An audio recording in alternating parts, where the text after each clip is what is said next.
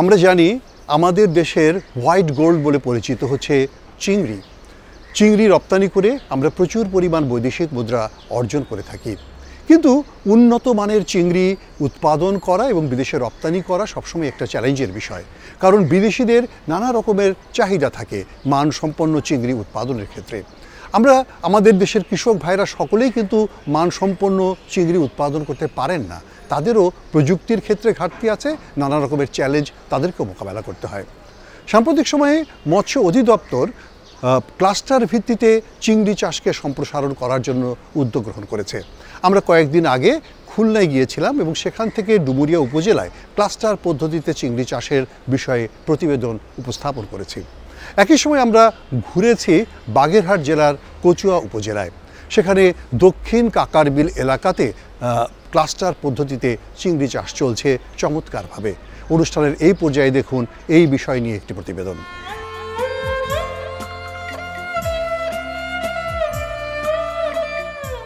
এটি বাগেরহাট জেলার কচুয়া উপজেলার দক্ষিণ কাকারবিল এলাকা। এখানে রয়েছে কয়েক হাজার বিঘা জমি বা জলাশয়, যা মূলত মাছ চাষের জন্য ব্যবহার করা হয়। কিন্তু এইসব এলাকার কৃষকেরা খুবই দরিদ্র, তাদের জলাভূমি বা পুকুরের আয়তনও কিন্তু তুলনামূলকভাবে কম।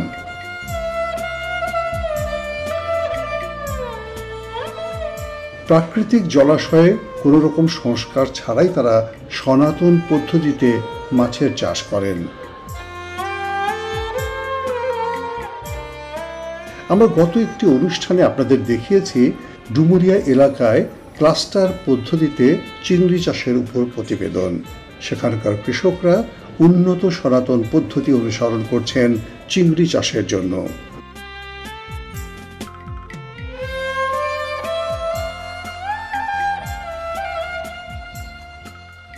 এই দক্ষিণ কাকারবিলেও একাধিক সমিতি গড়ে উঠেছে, যারা ক্লাস্টার পদ্ধতিতে গলদা ও বাগদা চিংড়ির চাষ করছেন। Sustainable coastal and marine fisheries প্রজেক্টের অধীনে এই ক্লাস্টার পদ্ধতিকে জনপ্রিয় করার চেষ্টা করা হচ্ছে।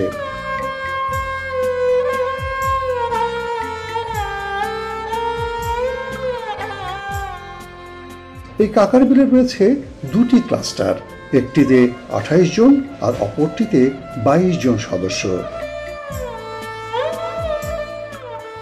প্রত্যেকের রয়েছে একটি করে পুকুর। প্রতিটি পুকুর আলাদা এবং পরিকল্পিতভাবে চিংড়ি চাষ করছেন উদ্যোক্তারা।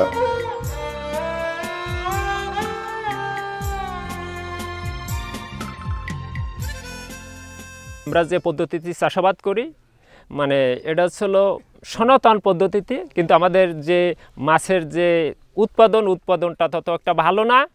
কিন্তু ছাড়দের কথা শুনে কিন্তু আমরা আগ্রহী আমরা একটা উন্নত সনাতনের ছাড় আমাদের পরামর্শ দেয়, ছাড়দের কথা অনুযায়ী আমরা কাজ করি এবং প্রশিক্ষণ নিয়ে যে দেখি যে ছাড়রা যে আমাদের দিক নির্দেশনা দিচ্ছে আর আমরা যে আগে পূর্বে যে কাজটা করতাম এটার সাথে এক না।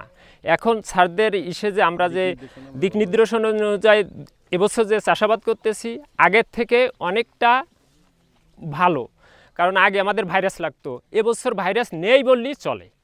তো মাছের যে গড় উৎপাদন, আগে যদি আমি 5 কেজি মাছ পাইতাম, এখন 15 কেজি মাছ আমি পাচ্ছি। আর মাছের যে কালার, মাছের সাইজ, মানে আমার এই মাছের বয়স 83 দিন অনুযায়ী কিন্তু আমার মাছ খুব দ্রুত বৃদ্ধি পাচ্ছে। তো এজন্য আমরা কৃষকরা, আমার এই 22 জন, আমার ক্লাস্টারও ছিল 22 জন চাষি নিয়ে, তো এই 22 জন চাষি সবাই আমরা একই চাষে পদ্ধতিতেই আমরা চাষ করতেছি। কিন্তু আমাদের চাষাবাদ দেখে যে আশপাশের যারা চাষিরা আছে তারাও কিন্তু আমাদের দিকে বলতেছে যে আমরা কিভাবে এই চাষটা করব, তারাও কিন্তু এদিকে আগাই আসতেছে। তো সব মিলে আশা করতেছি ইনশাল্লাহ আমরা ভালো আছি। এই প্রকল্প দেখাশোনা করেন উপজেলা মৎস্য অফিস। তারা দল গঠন, প্রশিক্ষণের মাধ্যমে ক্লাস্টার তৈরি করেন। ক্লাস্টার পদ্ধতির ফলে মাছের উৎপাদন যেমন বেড়েছে, আয় বেড়েছে এবং একই সাথে পরিবেশ উন্নত হয়েছে। এই মাঠটি আরেকটি ক্লাস্টার। এই ক্লাস্টার কিন্তু অনেক কৃষক যুক্ত আছেন, তারাও একই পদ্ধতিতে মাছের চাষ করছেন। চিংড়ি এবং বাগদা চিংড়ি চাষ তাদের জীবনের ভাগ্য পরিবর্তন করেছে।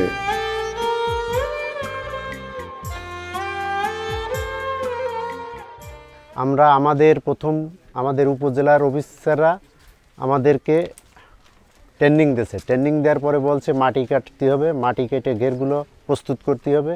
আমরা ঘেরগুলো প্রস্তুত করছি, এরপরে চুন ব্লিচিং যা কিছু দিতি তাই দিছি, দেওয়ার পরে আমরা চাষ শুরু করছি। কিন্তু আমি এই মাছ চাষের সাথে আমার 20 বছরের অভিজ্ঞতা আছে, তাই 20 বছরের অভিজ্ঞতাকে ওভারটেক করে চলে আসছি। এবছর মনে হচ্ছে এই চাষ করিয়া যে এই 20 বছরই আমার চোখে কালো কাপড় বাঁধা ছিল, এই মাছ চাষ এখন যেভাবে করতেছি তাইতে মনে হচ্ছে। সর্বোপরি আর একটা কথা না বললে নয়, আমাদের একটু দেরি হয়ে গেছিল চাষটা করতে, কিন্তু আমরা সামনে আগে আসব। এবং এই পাশাপাশি আমি বিশ্বাস করি সামনে হয়তো আরও 5 বছরের মধ্যেই সমস্ত চাষি আমাদের এই ক্লাস্টার ছাড়া যারা আছে এই পদ্ধতিতে চলে আসবে আমার বিশ্বাস। আগে যে সনাতন পদ্ধতিতে করতাম তখন তো মাছটা ভালো হতো না, এখন উন্নত সনাতন পদ্ধতিতে আমরা করতেছি।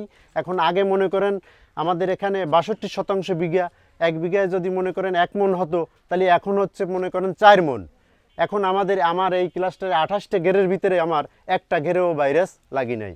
আমরা এই উন্নত সনাতন পদ্ধতিতে চাষ করে আমরা এত সাফল্য অর্জন করছি। আশেপাশে কৃষকরা বলতেছে এখন আমাদের দেখা দেখি তারাও আমার কাছে অলরেডি অনেকে প্রস্তাব করছে যে ভেকু এনে তারাও মাটি কেটে এই চাষ এইভাবে এই পদ্ধতিতে শুরু করবে। আমরা এই আগে সনাতন পদ্ধতিতে চাষ করতাম মাছ, এবার আমাদের মৎস্য অধিদপ্তর থেকে আমাদের প্রশিক্ষণ দিয়ে আমাদের সুযোগ সুবিধা করে দিয়েছে, তারা আমাদের অনুদান দিয়েছে। আমরা সেই অনুদানে বা সেই প্রশিক্ষণপ্রাপ্ত বা আমাদের প্রশিক্ষণ দিয়েছেন উপজেলা কর্মকর্তা অফিসার, প্রশিক্ষণ প্রাপ্ততে আমরা আগের থেকে সনাতন পদ্ধতিতে চাষ করাতে এবার উন্নত সনাতন পদ্ধতিতে চাষ করে আমরা লাভবান হয়েছি। আশা করি আমরা এবারের থেকে আগামীতে অনেক লাভবান হতে পারবো।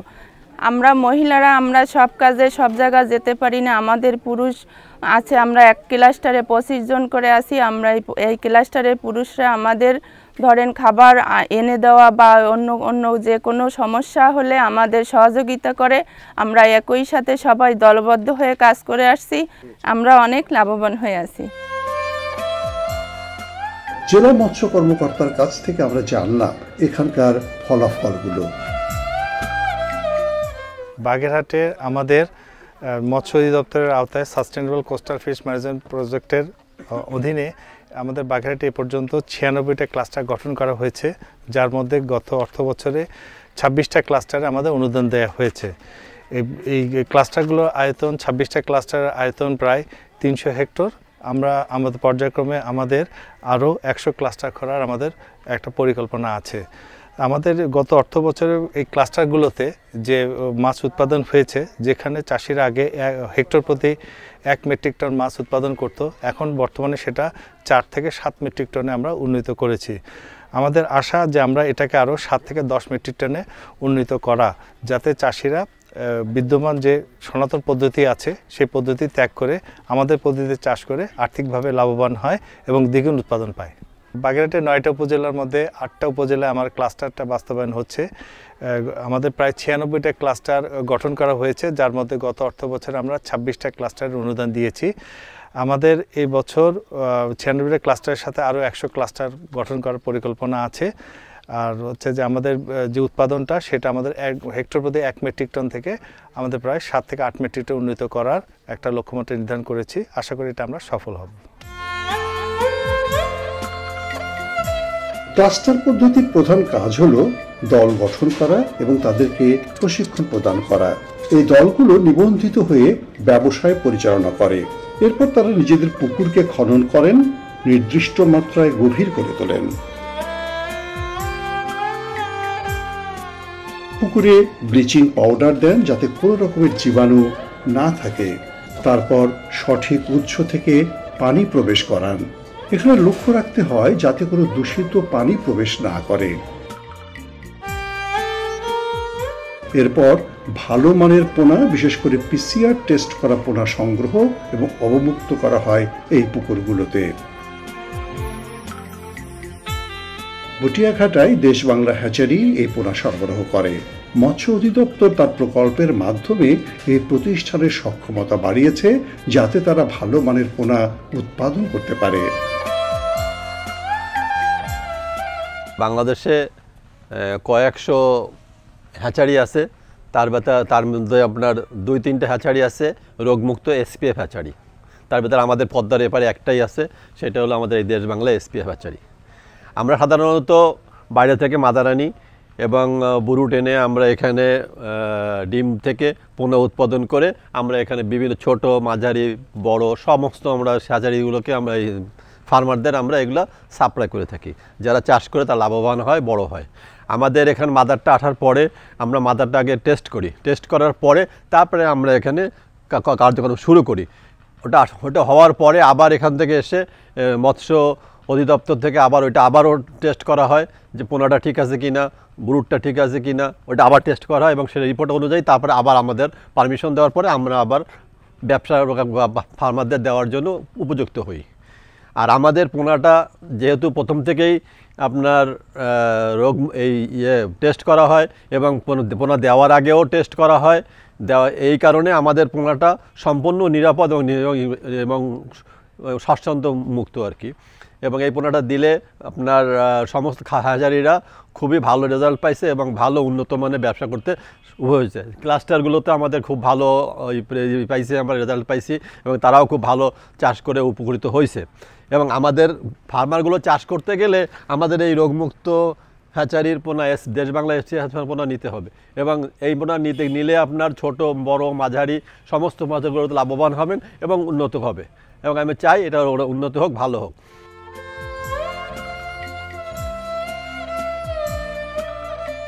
এই প্রকল্পের উপপ্রকল্প পরিচালক সরোজ কুমার মিস্ত্রি জানালেন এই কার্যক্রম বিষয়ে। ৭,৫০০ চাষিদের নিয়ে আমরা কাজ করছি। এটি পাইলটিং আকারে।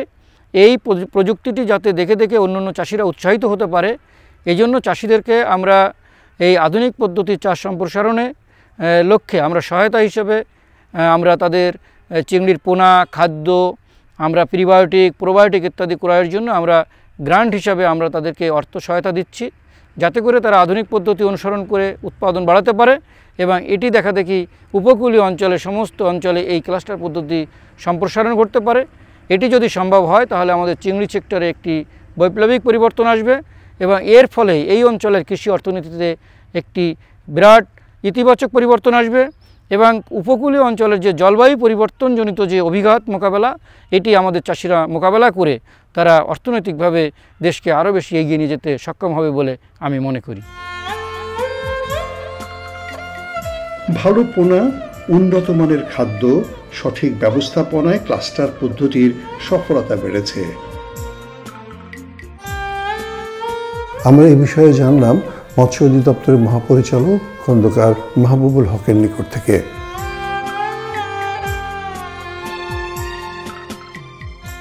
চিংড়ি আমাদের বৈদেশিক মুদ্রা আয়ের একটা অন্যতম জায়গা এবং সরকারের পক্ষ থেকে যখনই কোনো পণ্য এক্সপোর্ট করা হয় বা ভোক্তার কাছে যায়, তার ট্রেসেবিলিটিটা এনশিওর করা অত্যন্ত গুরুত্বপূর্ণ।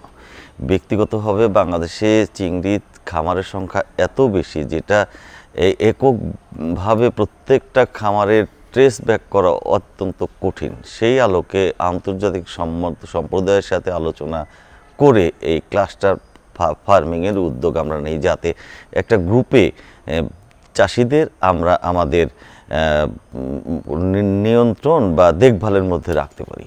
পাশাপাশি সবচেয়ে বড় বিষয় চাষিদের ক্ষেত্রে যেটা ছোট্ট একজন চাষি, প্রান্তিক চাষির পক্ষে যে বার্গেনিং করা, তার মার্কেটে জায়গাটা, তার পণ্য ক্রয়, তার উৎপাদিত পণ্য বিক্রয়, এককভাবে তার মার্কেটে যে শক্তিটা থাকে, ক্লাস্টার ফার্মিং করে আমরা যেটা দেখেছি সেটা যৌথভাবে পোনা ক্রয়, খাদ্য ক্রয় এবং মাছ বিক্রির ক্ষেত্রে সে বেশি শক্তিশালী বাজার।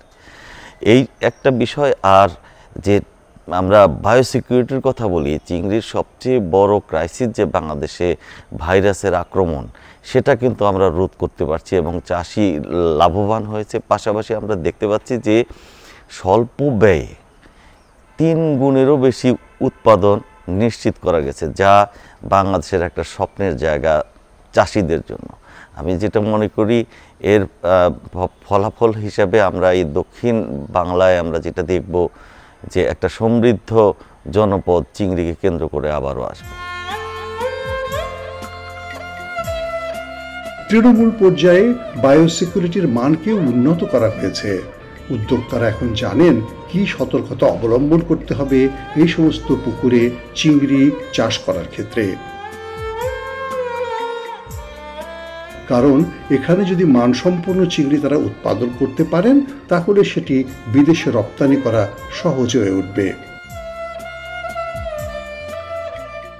এখানকার সফলতা অনেককে অনুপ্রাণিত করেছে। আশেপাশের কৃষকরা বা খামারিরা চেষ্টা করছেন এই পদ্ধতিকে কাজে লাগাতে।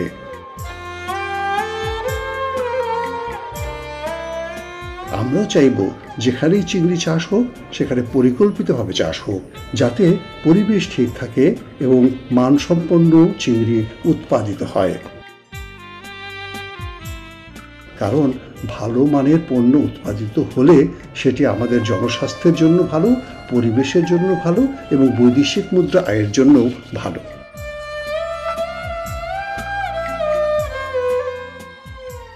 আসল কথা হচ্ছে আমরা যদি পরিবেশ সম্মতভাবে চিংড়ি উৎপাদন করতে পারি এবং বায়োসিকিউরিটিকে ঠিকমতো সংরক্ষণ করতে পারি, উন্নত মানের পোনা আমরা দিতে পারি, উন্নত মানের খাদ্য আমরা ব্যবহার করতে পারি, তাহলে উৎপাদনশীলতা বাড়বে। আর এই উৎপাদনশীলতা যতই বাড়বে ততই কিন্তু এই হোয়াইট গোল্ড সেটি কিন্তু আরও অনেক বেশি মূল্যবান হয়ে উঠবে। আমরা চাইব আমাদের দেশের অন্যান্য অঞ্চলের কৃষকরা তারা এই পদ্ধতিতে চিংড়ি চাষ করবেন, ক্লাস্টার পদ্ধতিতে চিংড়ি চাষ করবেন এবং এই সমস্ত প্রযুক্তিগুলো অনুসরণ করবেন, যাতে আমরা সত্যিকার অর্থেই এই ক্ষেত্রে আরও অগ্রগতি অর্জন করতে পারি। আজ এ পর্যন্তই। সকলকে শুভেচ্ছা জানিয়ে এবং আগামী অনুষ্ঠানগুলো দেখার আমন্ত্রণ জানিয়ে শেষ করছি। সকলকে ধন্যবাদ।